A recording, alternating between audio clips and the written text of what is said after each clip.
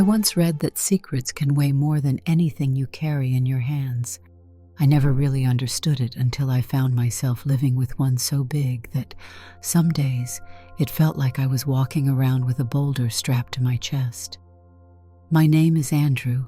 I'm 32, married to Sarah, and for the past few years, I've been quietly leading a life that only I know about. It all started gradually, so softly at first that I barely noticed. Sarah and I met in college. We dated for a few years and got married in our late 20s. She's devoted, smart, and fearless in ways I can't begin to be. She's the kind of person who organizes every detail of our life, down to weekly meal plans, color-coded calendars, and long-term financial goals. She's the one who set up our joint account, made sure we had decent credit, and charted out what we'd need for an eventual house. I used to see her practicality as a comforting guide rope, but now that rope feels more like a tether, reminding me how precarious my situation has become. Sarah thinks our finances are healthy. She's not entirely wrong. We both work decent jobs. She's an account manager at a marketing firm. I'm a data analyst for a logistics company. But there's a separate credit card I opened a little over a year ago. It started as an impulse. I wanted a card I could use for personal things, primarily to surprise her with gifts without it showing on the main statements. At least that was the excuse I gave myself. Over time, though, it became the card I used to buy items I didn't want her to see. Dresses, skirts, makeup, wigs, shoes, things that belonged to an entirely different part of me. This is the part I call Amanda, an identity I never shared with anyone. I'm not even sure when Amanda became more than a stray curiosity, but once I noticed how she made me feel, I kept chasing that calm, that escape from daily expectations. I found myself saving up for special items, lipsticks, dresses, pairs of shoes, even a wig that matched the shade and style I envisioned for her. As I filled out my closet in secret, the guilt multiplied. I had never thought of my marriage as lacking. I loved Sarah, but there was a feeling I got when I dressed as Amanda, something warm and steady, like exhaling after holding my breath all day. Yet that comfort came with a cost, and it wasn't just monetary. One day, about 6 months into keeping these items, I discovered I needed a safer place for them. At first, I stashed them in the garage, but Sarah goes in there to do laundry, store holiday decorations, and rummage for random household tools. I moved everything to a new box and slid it behind some dusty exercise equipment. That worked until Sarah found a reason to reorganize the garage.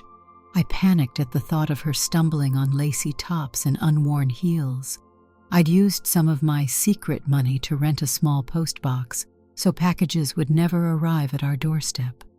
Then I moved the stash again into a heavy-duty shoebox I kept in a corner of the guest room closet, hidden under some ancient board games.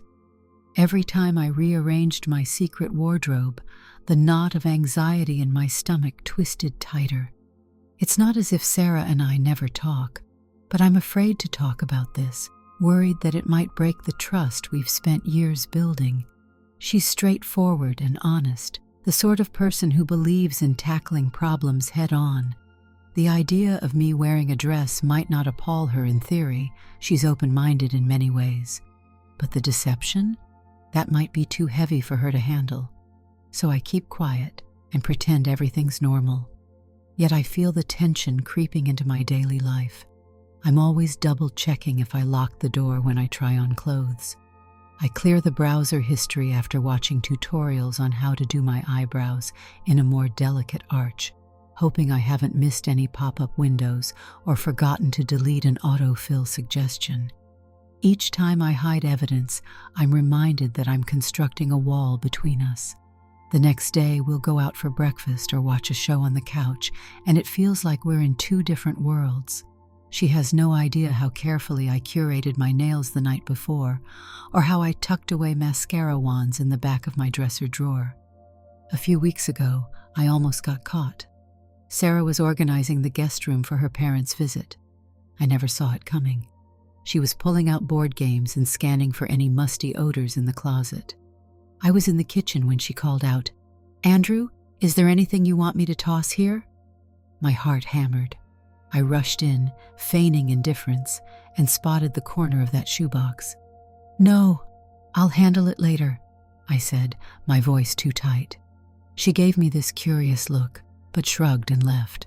The next 10 minutes felt like walking on a wire, waiting for the moment she might come back, open the box, and see those size 11 heels. Thankfully, she didn't return. After that close call, I realized how fragile my secrecy had become. I've learned that living like this is more than just an occasional adrenaline spike. It's a daily weight pressing on my chest. Every morning I wake up and wonder, is this the day Sarah stumbles on an eyeshadow palette in my laptop bag?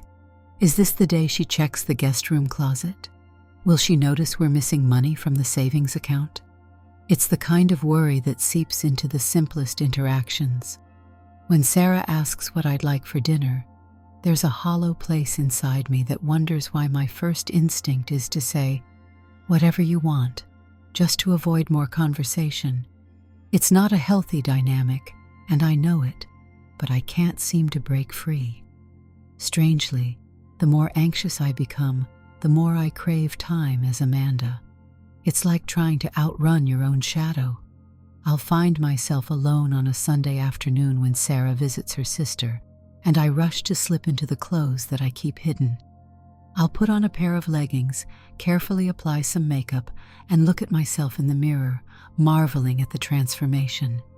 There's a genuine comfort in it, a sense that for a few short hours, the tension lifts. But it never lasts, because I know I'll have to clear every trace away before Sarah returns. Once she's back, the cycle starts again. Me, scanning every surface for stray bobby pins. Me, checking every corner for receipts. Me, living a second life in the shadows. Part of me wants to talk to someone, anyone, just to share this burden. But I don't have any friends close enough to trust with this. My buddy Ryan from work? He's a good guy, but I don't see him understanding a secret like this. My parents? They've always been supportive, but that's a conversation I can't imagine starting. And telling Sarah, that might obliterate the ground beneath us. Fear wins every time. When the credit card bills roll in, I transfer just enough from my personal checking account to cover the minimum payments. The balance creeps up, bit by bit. Sometimes I stare at the numbers thinking, this is money I'm burning to protect a secret. Guilt swells, but I'm in too deep to stop. Because where else do I put these purchases? How do I pay for them in a way she won't notice? I have no answer.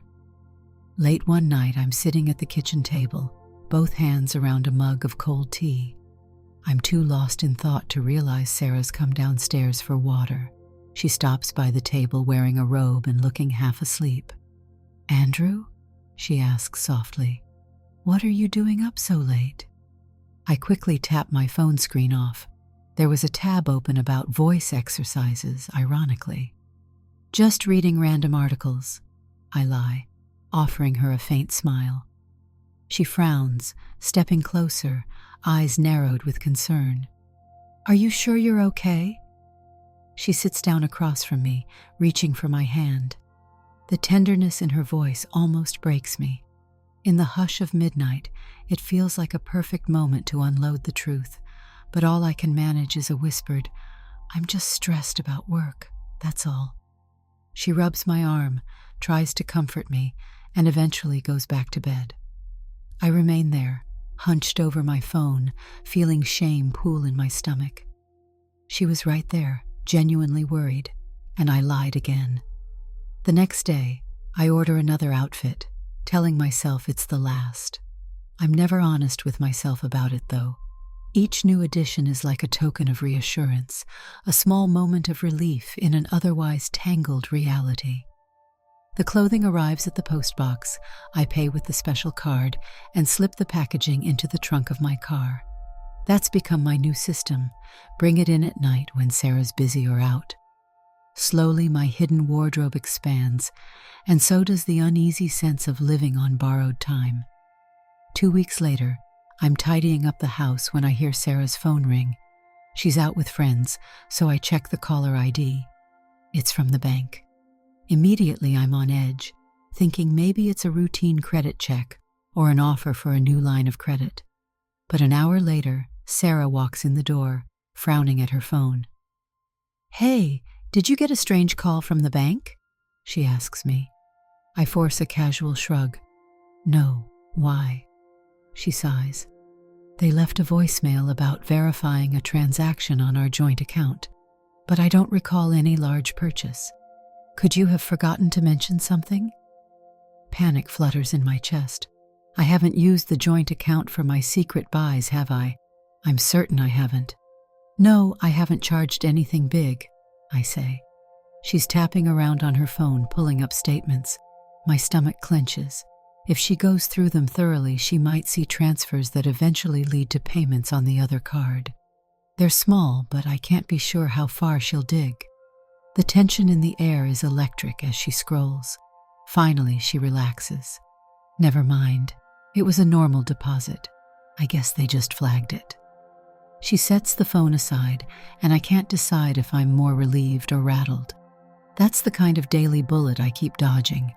It's strange how even the simplest moments become laced with paranoia. One Sunday morning, we're preparing breakfast together.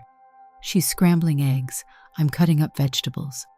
Out of nowhere, she asks, "Hey, have you seen my foundation? I can't find it anywhere." I nearly drop the knife. My mind races. Did I accidentally grab her makeup instead of mine? Did I move something around? My voice shakes as I say, "No, maybe you left it in the bathroom drawer." She gives me a puzzled look, because she's usually precise about where she puts things. After a minute, she finds the missing foundation in the living room near a small mirror. I exhale, heart pounding, realizing how easily everything can come crashing down over trivial items. Time passes in a blur of stress and stolen moments of Amanda. One evening, about 3 months into this routine, Sarah and I have a small argument over dinner. It's not about the secret, at least not directly. It's about something petty, like how we never go out on Friday nights anymore. But her voice is tight with frustration. "Andrew," she says, "it's like you're not here with me. You're always preoccupied. Is there someone else? Or something you're not telling me?" The question hovers in the air, a warning shot that strikes too close to home. I rush to reassure her. "No, there's no one else, of course not." She studies me for a long moment, her eyes searching mine. I wonder if she senses something deeper, but she doesn't push it further. The argument fizzles out, and we watch a movie in stiff silence. All I can think about is how I'm lying through my teeth. Not about another person in the romantic sense, but about an entire facet of myself she doesn't know. A few nights later, I'm sifting through the receipts in my secret shoebox. I start to tally up how much money I've spent in the past year. It's more than I thought. My credit card statements are creeping near their limit. I feel the weight of it pressing down on me, so I do something reckless. I apply for a small increase on the credit limit. The bank approves it instantly, sending me an automated email. "Congratulations," it says. But I don't feel congratulated. I feel trapped by my own choices. One morning, as Sarah leaves for work, I notice she's left her phone on the coffee table. She returns 5 minutes later, panicked because she can't find it, and sees me holding it out for her. She sighs with relief, offering me a grateful smile. "What would I do without you?" she jokes. I force a laugh, but inside, I'm braced for the day she really sees what I'm hiding. That evening, I set up the mirror in the guest room, lock the door behind me, and begin my usual careful routine. I apply concealer to hide the natural shadows on my face, add a light blush, and attempt a slight winged eyeliner. Then I slip into a flowing skirt that rests just above my knees, twirl in front of the mirror, and watch the swirl of the fabric. I feel momentarily a softness in my chest, a release of tension. That's the moment Amanda feels most alive. Yet an unease gnaws at me, the voice that says, "You're just burying yourself deeper." Half an hour later, while I'm still in the guest room, I hear footsteps on the stairs. My heart leaps into my throat. Sarah isn't supposed to be home for another 2 hours. Panicking, I yank off the skirt, scramble to pull on sweats, wipe off the makeup with quick, frantic swipes. In the chaos, I spill a small bottle of foundation on the guest bed. The footsteps draw closer. I'm wiping at the spill with tissues, my eyes darting to the door, willing it not to open. Finally, I hear her calling out, "Andrew, are you up here?" My voice trembles as I answer, "Just looking for something in the closet." She enters the hallway, stopping near the closed door. I hold my breath. "Oh," she says, "you didn't forget we have that dinner with my sister, right?" I force an even tone. "Right. I'm just tidying up." She lingers a moment. I can practically feel the weight of her curiosity. Is she picking up on the odd pitch in my voice? The tension in the air? Time feels suspended. Then her phone rings downstairs, and she murmurs something about needing to answer it, heading back down the stairs. I slump against the wall, the adrenaline crash leaving me shaky. That was way too close. Sitting on the floor, I stare at the faint stain the foundation left. I realize that no matter how much I enjoy these moments of Amanda, they're overshadowed by the dread of getting caught. It's like living in constant fear that the stage lights will snap on and reveal me mid-costume change. I can't keep balancing life like this, but I also can't imagine giving up these quiet intervals of comfort. I text the only number I can think of, though I know it's a long shot. It's an old friend from college, Jill, who lives 2 states over. We haven't talked in years, but back in the day, she was someone I trusted with my deeper thoughts. I ask if we can catch up sometime soon. After a few minutes, she responds with an enthusiastic yes, though she doesn't realize what I need to discuss. We set a date for a phone call a week later. I spend the days leading up to it half excited, half terrified. Finally, the call arrives. I step out onto the back porch with my phone, grateful that Sarah's out for errands. Jill's voice, warm and nostalgic, immediately puts me at ease. We trade life updates, her job as a teacher, her longtime partner, the general swirl of adult responsibilities. Then there's a pause. "So, how have you been, Andrew?" she asks. "You sounded like you had something on your mind." My tongue feels heavy. A part of me wants to confess everything, but the words get jumbled in my throat. I mutter something about being stressed at work, feeling isolated, needing a break. She's empathetic, but I can't bring myself to mention the dresses, the secret identity, or the credit card debt. After we hang up, I feel a pang of disappointment in myself. Even with someone who might not judge me, I can't step past the barrier of secrecy. That night, Sarah and I watch TV. She leans her head on my shoulder, occasionally letting out a soft laugh at the sitcom. I pretend to laugh too, but I'm too preoccupied to follow the plot. My gaze drifts to the reflection in our living room window, an outline of 2 people who seem comfortable. If only she knew what weighed me down. A few days later, another slip occurs. Sarah is cleaning out the trash can in our bathroom, picking out used cotton swabs and bits of floss to empty it. She notices smears of something pinkish at the bottom. "Andrew, do you know what this is?" she calls. My heart practically stops. I recall that last week, I'd used a cotton pad to remove bright lipstick and must have tossed it in there. Now, as I peer over her shoulder, I see the faint pink smudges. "I'm not sure," I lie, fighting the panic in my chest. She seems unconvinced, but doesn't press it further, dropping the subject with a puzzled shrug. That small moment sends me into an anxious spiral for the rest of the day. The following week, I tell myself maybe I should slowly get rid of everything. If I have no evidence, I can't be found out. I stand in front of the guest room closet, opening the shoebox. Inside, a pair of black heels that I spent far too much on, a soft blue skirt, a couple of tops, a wig, and some makeup items. My breath catches as I run a hand over the clothes, recalling how they made me feel, the rare sense of calm in a tense life. The thought of throwing them in a trash bag or donating them leaves me with an ache I can't describe. So I close the box, letting the moment pass, and remain stuck in limbo. It's around this time that Sarah begins dropping hints about our future, children, moving to a bigger home, all that adult life stuff. Each time she brings up the topic, my stomach knots. How can I consider such a step when I'm carrying around this enormous hidden life? Yet I can't exactly tell her no. She's excited, starry-eyed about the prospects of a family. I nod along, forcing a smile. In truth, the notion of even bigger responsibilities terrifies me. It's hard enough to keep the secret from Sarah alone.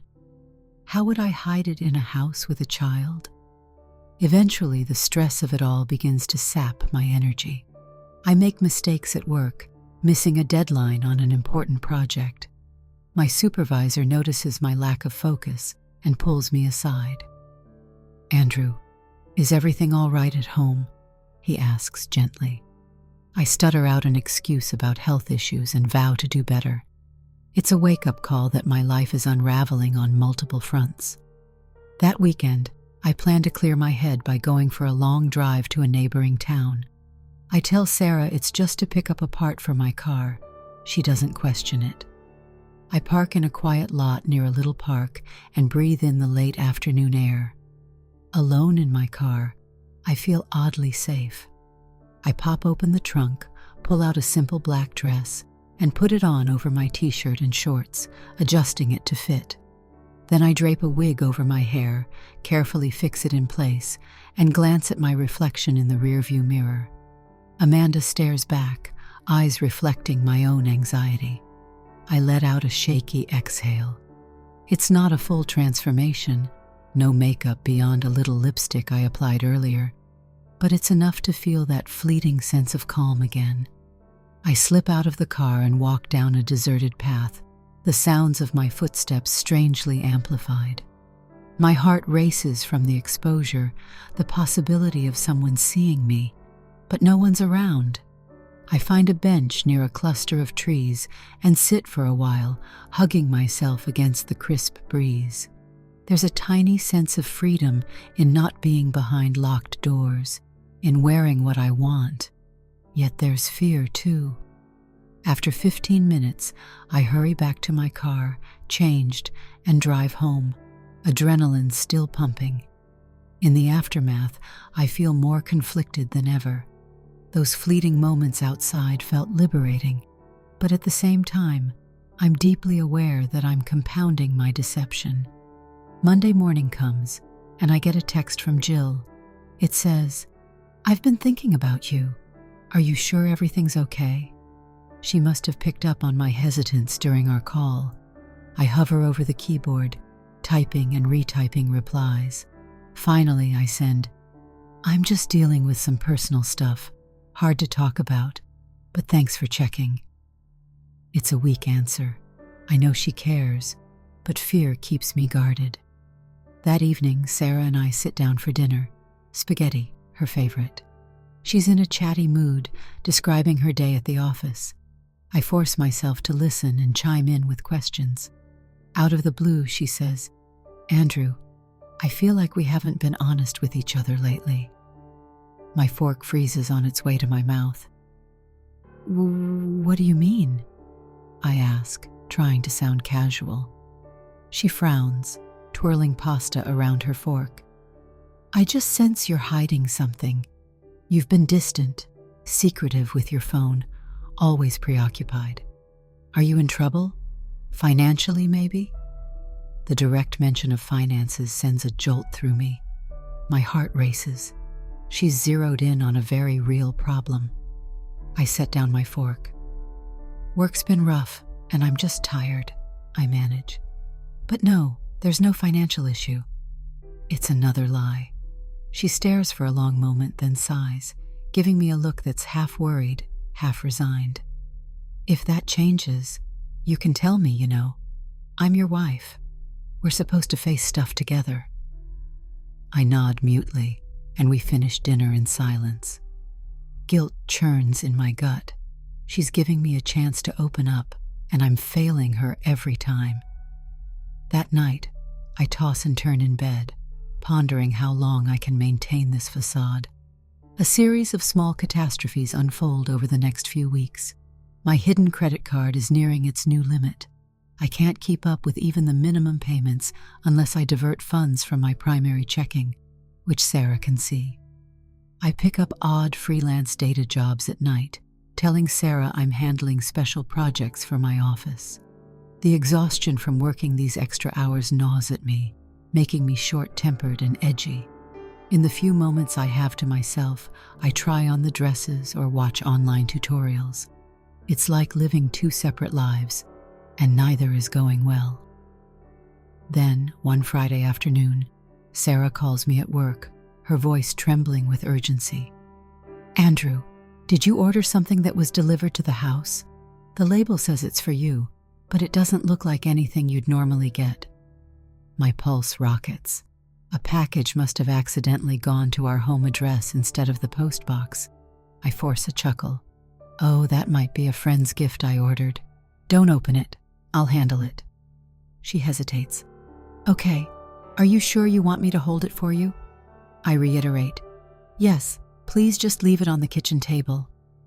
My entire day becomes a scramble to figure out how to intercept it. After work, I come home, find the package, a pair of wedge sandals I'd ordered, tucked in a discreet brown box. Sarah's in the shower, so I quickly stash it in the guest room. By the time she steps out, I'm pacing the living room, my nerves raw. She notices my agitation. "Is everything okay? You look pale." I fake a headache, telling her I need to lie down. The tension headaches have become common, and my body aches as if I've been running a constant marathon of secrecy. Over the weekend, Sarah's parents visit, which means even less privacy.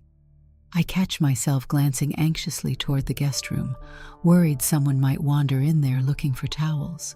Her mother, Patricia, is a warm woman who loves to reorganize things. She starts rummaging through closets, offering to help Sarah sort old linens. Every time I see her heading upstairs, I find a reason to call her back, whether it's to ask about a recipe or pour her another cup of tea. My heart drums in my ears. On Sunday evening, they leave, and I quietly celebrate that my secrets remain undiscovered. One night soon after, I sneak into the bathroom, wearing a camisole under my shirt. I lock the door, proceed to remove the outer shirt, and practice some posture exercises that I've read can give me a more graceful silhouette. The overhead light is harsh, highlighting every angle of my figure in the mirror. I feel an odd mixture of relief and shame. As I'm in the middle of this, there's a sudden knock on the bathroom door. Sarah's voice. "Andrew, I left my phone charger in there. Can you hand it to me?" My breath catches. The camisole straps are visible. "Just a second," I choke out. I yank my shirt back on, pull the charger from the outlet, and open the door a crack to hand it to her, stepping behind the door to hide myself. She gives me a weird look. "You're acting so jumpy," she murmurs. I muster a shrug, but I can't meet her eyes. Later that week, the weight of it all finally breaks me down in the quiet hours of the night. Sarah's asleep, and I'm in my home office, staring at my reflection in the dark computer screen. My mind churns with guilt, exhaustion, fear of losing Sarah, fear of never being able to share who I am. I try to imagine telling her everything. In my mind, the scene plays out 100 different ways. She's shocked, she's angry, she's sad, she storms out, she demands a divorce. She might also demand that I give up the clothes, the makeup, everything that's come to mean so much to me. I can't see a good ending. Yet the secrecy is draining every ounce of energy I have. I compose a long, raw letter on my laptop, addressed to Sarah, detailing everything. I type furiously for an hour, explaining how it started, what it means to me, and how sorry I am for lying. By the time I'm done, tears blur my vision, but I don't have the courage to print it or show it to her. I save it as a draft, then bury it deep in a folder labeled taxes. Part of me hates my own cowardice, but I can't bring myself to risk everything, not yet. Days blur into weeks. I start to notice that Sarah is becoming more guarded herself. She's not as warm or chatty, and she asks fewer questions about my day. It's as if she senses my withdrawal and reciprocates. One night, she gently says, "I miss us. We used to talk all the time." I nod, tears prickling behind my eyes, but I don't change anything. Instead, I keep slipping further into separate routines. She goes out with coworkers more often. I stay behind, telling her I have spreadsheets to finish. Then comes the evening that almost ends it all. I come home to find Sarah sitting on the couch with the shoebox in her lap. My shoebox, the one hidden in the guest room. My heart skips, and the room spins. She's turned toward me, her face pale, eyes brimming with tears. I freeze in the doorway, dread clawing at my throat. My mind goes into overdrive, imagining the swirl of shoes, dresses, and makeup lying exposed in front of her. I try to speak, but my mouth is dry. Her lip trembles, and for a horrifying second, I think she's going to yell or cry. She just stares. "Andrew, what is all this?" she whispers. Time seems to stretch unbearably. My gaze flicks to the shoebox, bracing for the worst. Except it's not open. The lid remains firmly in place. She sets it on the coffee table. I was cleaning the closet when this fell out. It sounded heavy, but I didn't open it. Her voice cracks. "Is it something illegal? Are you involved with—" She doesn't finish the sentence, her eyes full of apprehension. Relief hits me like a wave. She hasn't opened it, but dread still lingers. She's suspicious enough to confront me about it. I can't form a coherent response. "It's, just personal stuff," I manage, stepping forward. My pulse thunders in my ears. "Just mementos, old things I don't want to throw out." I meet her gaze, forcing a neutral expression. "I'm sorry I hid it. I didn't want to talk about it." Her eyes glisten. "Andrew, are you sure you're not hiding something bigger?" She looks genuinely scared. "If it's not something dangerous, can you just tell me? I'm tired of feeling shut out." The panic in her voice breaks me, but I'm a coward to the end. I slide the shoebox off the table, hugging it to my chest. "I promise it's not illegal," I say, which is technically true. "I just can't talk about it now. It's complicated." The tears in her eyes threaten to spill over, but she nods, swallowing. "Okay," she says in a shaky whisper, "if that's what you want." She stands, walks to the bedroom, leaving me alone in the living room. The finality in her tone sounds like heartbreak. It's only after she's shut the bedroom door that I allow myself to breathe. My hands shake. I'm overwhelmed by how close I came to everything unraveling. I can't keep doing this, I think. But I still don't open the box in front of her. I still can't bring myself to reveal the contents.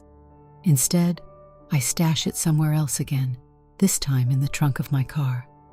All night, I lie awake on the couch, listening to the quiet hum of the fridge and the occasional sound of Sarah tossing in bed. When morning comes, Sarah is dressed for work, face drawn.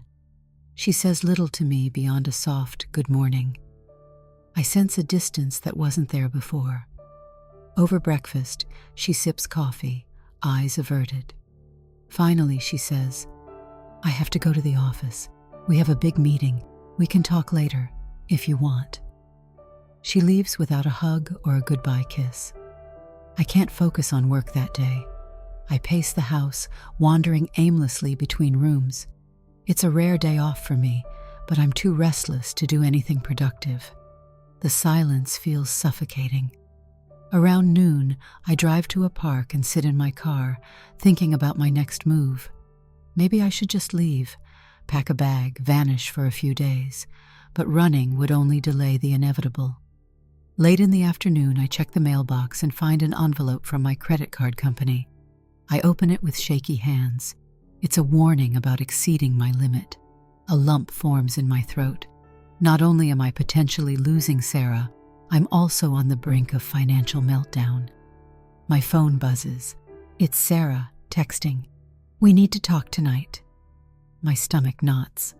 I reply with a simple, "Yes." She comes home around 6, setting her purse down with a quiet determination. We sit at the dining table, each in our usual chair. The air between us is dense. She folds her hands. "Andrew," she begins, voice trembling. "I can't do this anymore. Something's wrong. You're lying to me. And we can't keep pretending. If you can't open up, then I don't know what happens to us." Tears slide down her cheeks.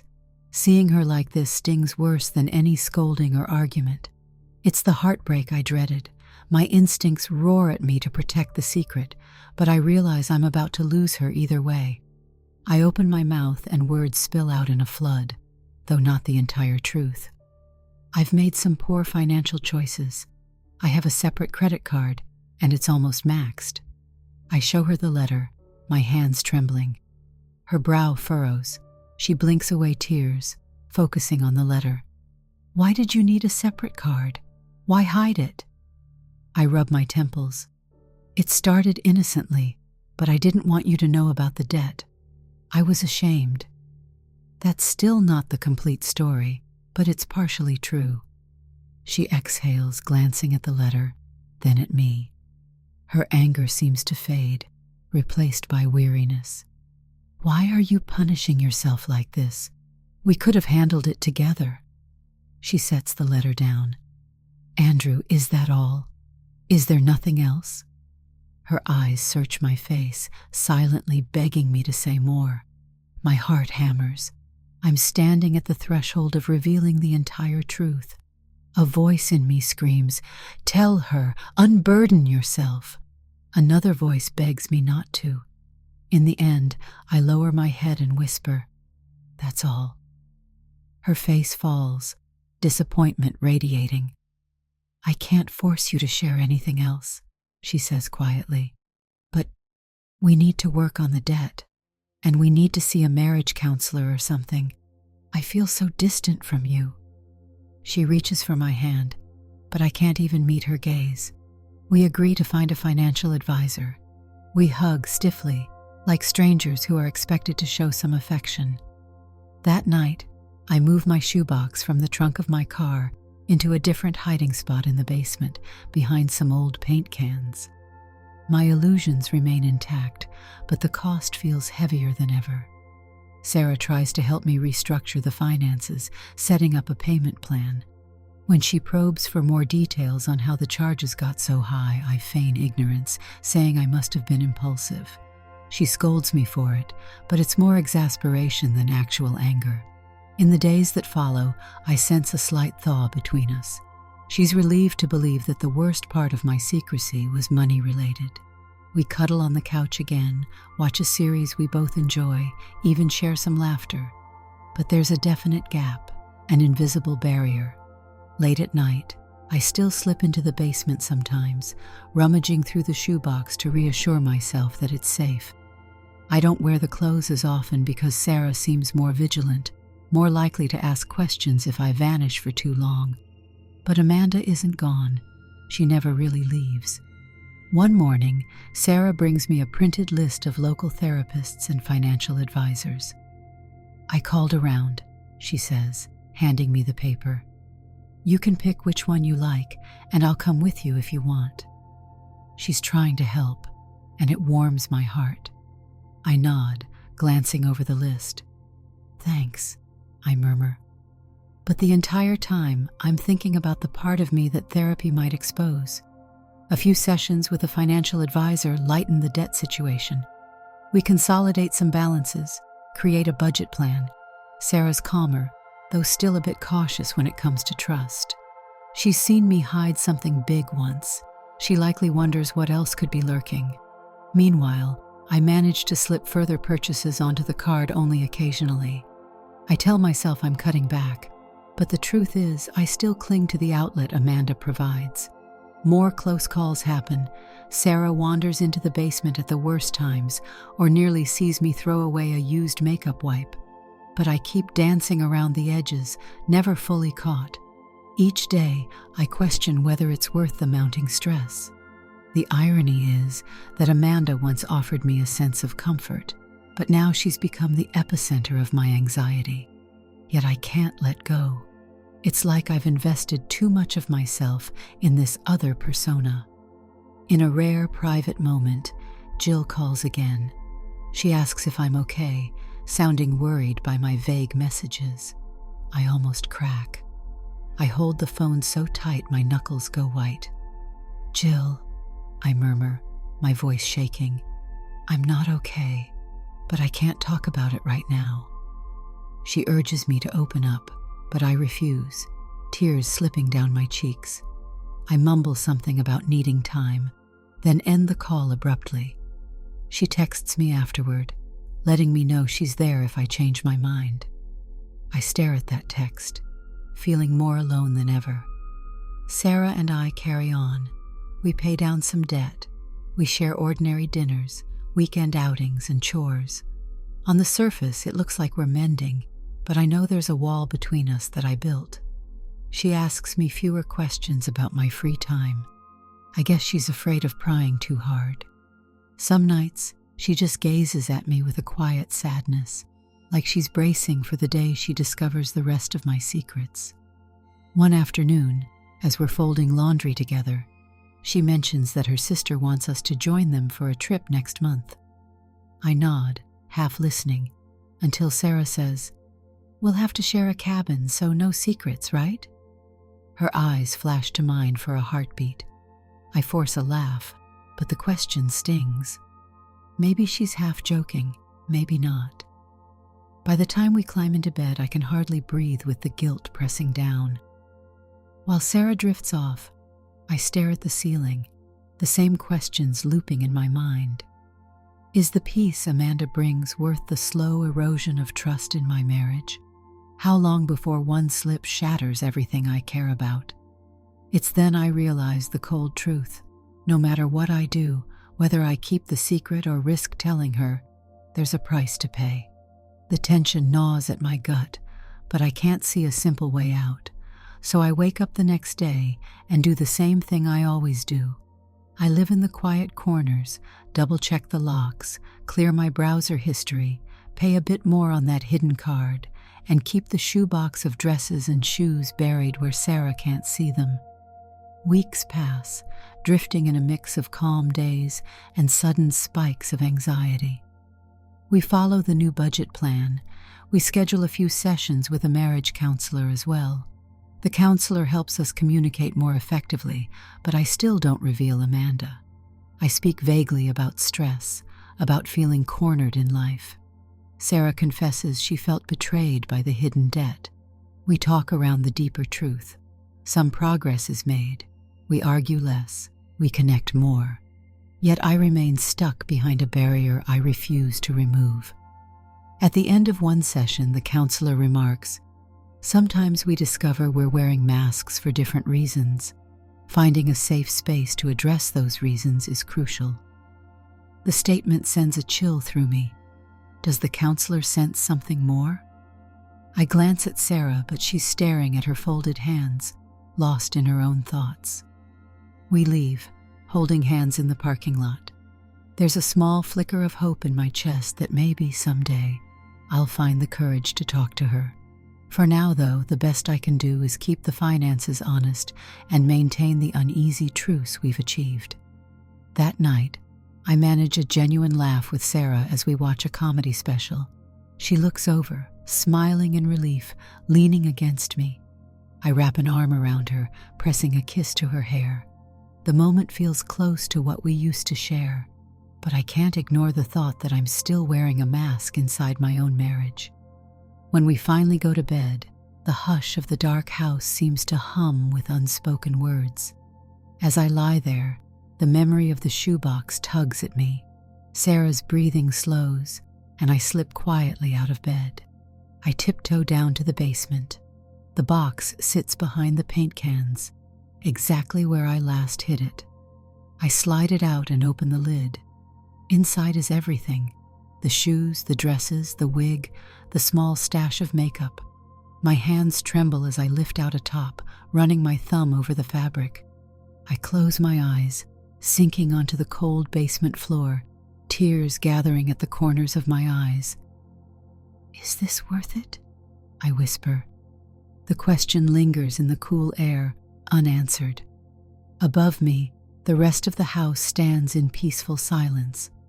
And so I tuck the items back into their makeshift refuge, close the lid, and return upstairs, leaving Amanda behind in the darkness.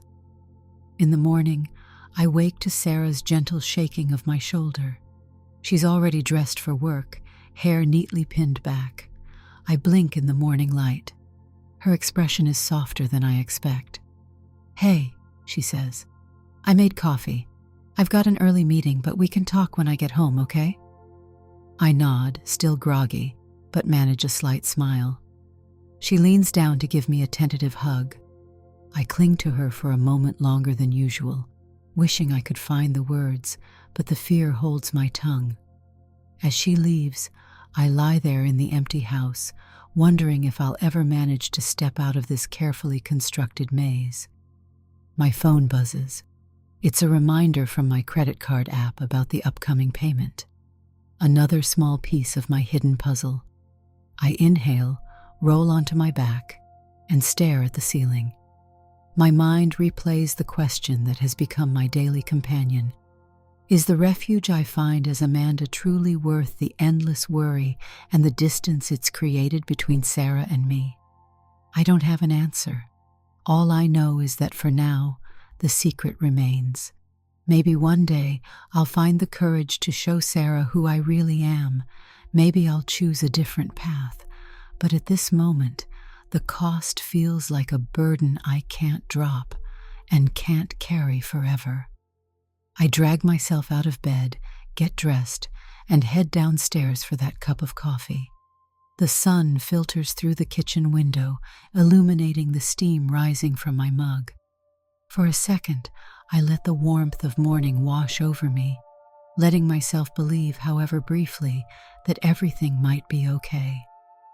Then I remember the box in the basement, the debt, the web of deception I've woven, and my chest tightens all over again. It's a strange existence, living as two people. In one world, I'm Andrew, married to a woman who wants nothing more than honesty and a family. In another world, I'm Amanda, hidden in corners, stealing moments of comfort behind locked doors. Every day, the question grows louder. Which path do I choose? My reflection in the bathroom mirror offers no clues, just a pair of tired eyes that know I'm running low on excuses. And so, I put on my shoes, grab my keys, and step out into a day that looks ordinary to anyone passing by. I carry the secret with me like a concealed weight, uncertain how much longer I can hold it all. Because there's one thing nobody warns you about when you first feel that spark of something new. The cost of keeping it quiet might eventually be higher than any comfort it gives you. And I'm left wondering when the balance will finally tip, when the truth will force its way into the open, for better or for worse. Did you like the story? Hit that like button and tell me what you thought in the comments. Do you want to hear more stories? Subscribe and hit the bell. For exclusive content and early access, check out our Patreon. You can find the link in the description, or you can watch any of the videos shown on my right. Thank you for watching and see you in the next video.